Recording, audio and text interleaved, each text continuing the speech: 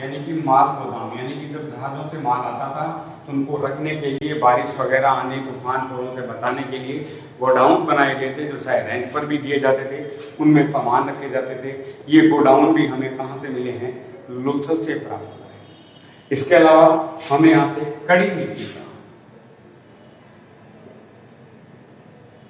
कड़ी मिट्टी यानी मीन्स टाइट मिट्टी, बहुत सख्त मिट्टी इसको बोल सकते हैं, टाइट मिट्टी का बना एक घोड़ा मिला है, यानी कि मिट्टी का बनाया हुआ एक छोटा सा मूर्ति रूप में घोड़े की तरह हुई है, जो यहाँ पर आके इंडिकेशन देता है कि इन लोगों को शायद घोड़े के बारे में जानकारी थी।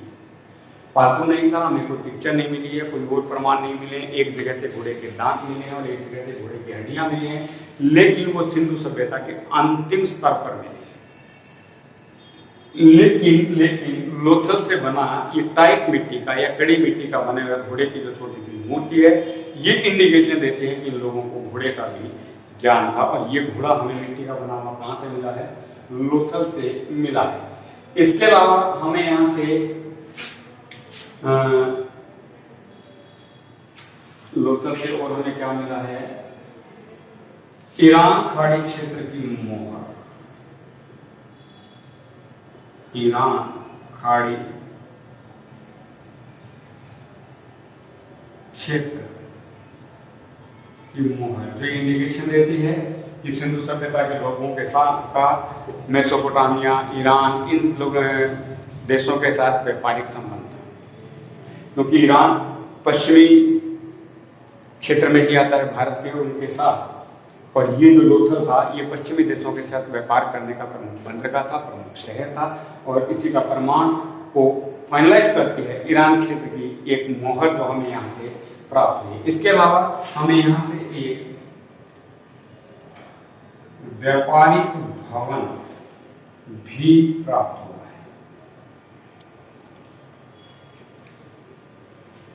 यानी कि बिजनेस मीटिंग के लिए, व्यापारियों के लिए बनाया गया एक हॉल प्राप्त हुआ है, जिसकी सीटिंग व्यवस्था ये बताती है कि व्यापारी लोग वहाँ बैठकर आपस में मीटिंग करते थे, माल की खरीदारी करते थे, जो सामान आता था, जो सामान जाता था, उसके लिए ट्रांजैक्शन के लिए यहाँ पर बातें होती रहती थी। वो चीज़ें हमें यहाँ से मिली हैं। इसके अलावा लोथल से एक बहुत महत्वपूर्ण चीज़ मिली है, जो अक्सर क्वेश्चन बनाती है, कि हमें यहाँ से युग्म समाधान प्राप्त हुआ है। युग्म समाधान, व्हाट मीन ऑफ युग्म समाधान, ये 3 हमें मिले। डेड बॉडीज दफनाई गई हैं, और उन डेड बॉडीज के अंदर सबसे महत्वपूर्ण बात यह है कि एक पुरुष और एक महिला, उन दोनों की डेड बॉडीज हैं ये, और इनको एक साथ दफनाया गया। ऐसी डेड बॉडीज हमें 3 मिली लोथल से, पुरुष और महिला को एक साथ दफनाया गया, पुरुष एवं महिला, इनको एक साथ दफनाया गया है। ऐसे हमें 3 डेड बॉडीज जमीन में दबाई हुई मिली है। इसको युग्म समाधान बोलते हैं। युग्म, 2 बॉडीज को एक साथ रखना। तो ये प्रमाण हमें कहाँ से मिला है? ये मिला है लोथल से। इसके साथ साथ हमें यहाँ से बाजरे का भी प्रमाण मिला है लोथल से, यानी कि यहाँ से बाजरे का प्रमाण मिलना ये साबित करता है कि इनके खाद्यान्न वस्तुओं में एक फसल बाजरा भी रही होगी। इसके अलावा हमें यहाँ से खोपड़ी की शल्य चिकित्सा के प्रमाण, न्यूरो सर्जन, न्यूरोलॉजिस्ट थे ये लोग। यहाँ से एक खोपड़ी मिली है, जिसको बीच में से चीरा गया है, उसको खोला गया है, और उसके अंदर कुछ ऑपरेट जैसा किया गया है। ऐसे प्रमाण हमें यहाँ से मिले लोथल से, जो इंडिकेशन करते हैं, जो इंडिकेट करते हैं, जो हमें बताते हैं कि यहाँ पर सिंधु सभ्यता के अंदर डॉक्टर्स भी थे, वो ऑपरेट भी करते थे, और ऑपरेशन के जो सक्सेस रेशो था, ऐसा माना जाता है कि 100% था, 100% सही होता था, इलाज बिल्कुल पक्का होता था। क्योंकि इलाज करने के लिए ये लोग क्या करते थे, पेशेंट के हाथ और पैर को बांध देते थे, फिर उसको एनेस्थीसिया दिया जाता था डंडों से, उनके सर में जोर जोर से डंडे मारे जाते थे, फिर वो कोमा में चला जाता था, फिर उसको ऑपरेशन कर दिया जाता था, ऑपरेट करके उसको सेल दिया जाता था, वो जैसे ही होश में आता था, फिर उसके डंडों से उसको एनेस्थीसिया दिया जाता था। दोनों ही परिस्थितियों में या तो वो सही हो जाता था या वो सही जगह चला जाता, यानी कि जो रेशो था वो 100% था। लेकिन हमें यहाँ से जो प्रमाण प्राप्त हुए हैं वो खोपड़ी में शल्य चिकित्सा के प्रमाण भी प्राप्त हुए हैं। इसके अलावा यहाँ से हमें एक जार मिला है जिस पर चित्रकारी की हुई है, जार पर चित्रकारी के प्रमाण प्राप्त हुए हैं।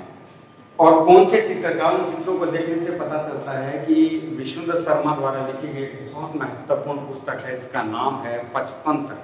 पंचतंत्र की जो कहानियां हैं उन कहानियों के सादृश्य चित्र हमें इसमें मिलता है। और ये जार हमें कहाँ से प्राप्त हुआ है?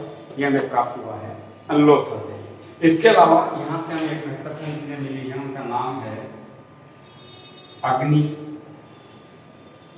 वेदिका, या हम इनको कह सकते हैं हवन कुंड।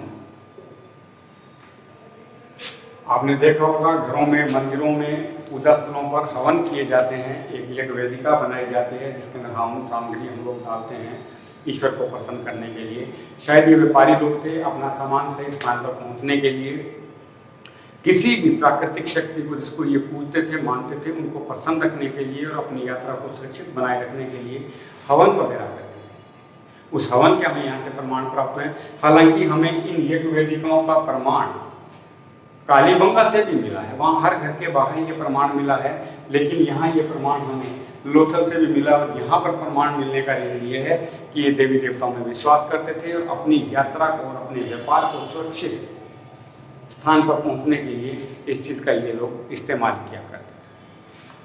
ये कुछ महत्वपूर्ण चीजें हैं जो हमें लोथल से प्राप्त हैं। इसके अंदर से युग्म समाधान, बाजरे का प्रमाण, चावल का प्रमाण, शल्य चिकित्सा का प्रमाण, बंदरगाह, शतरंज जैसा खेल, टाइट मिट्टी से बना घोड़ा, ये सब हमें लोथल से प्राप्त हुए।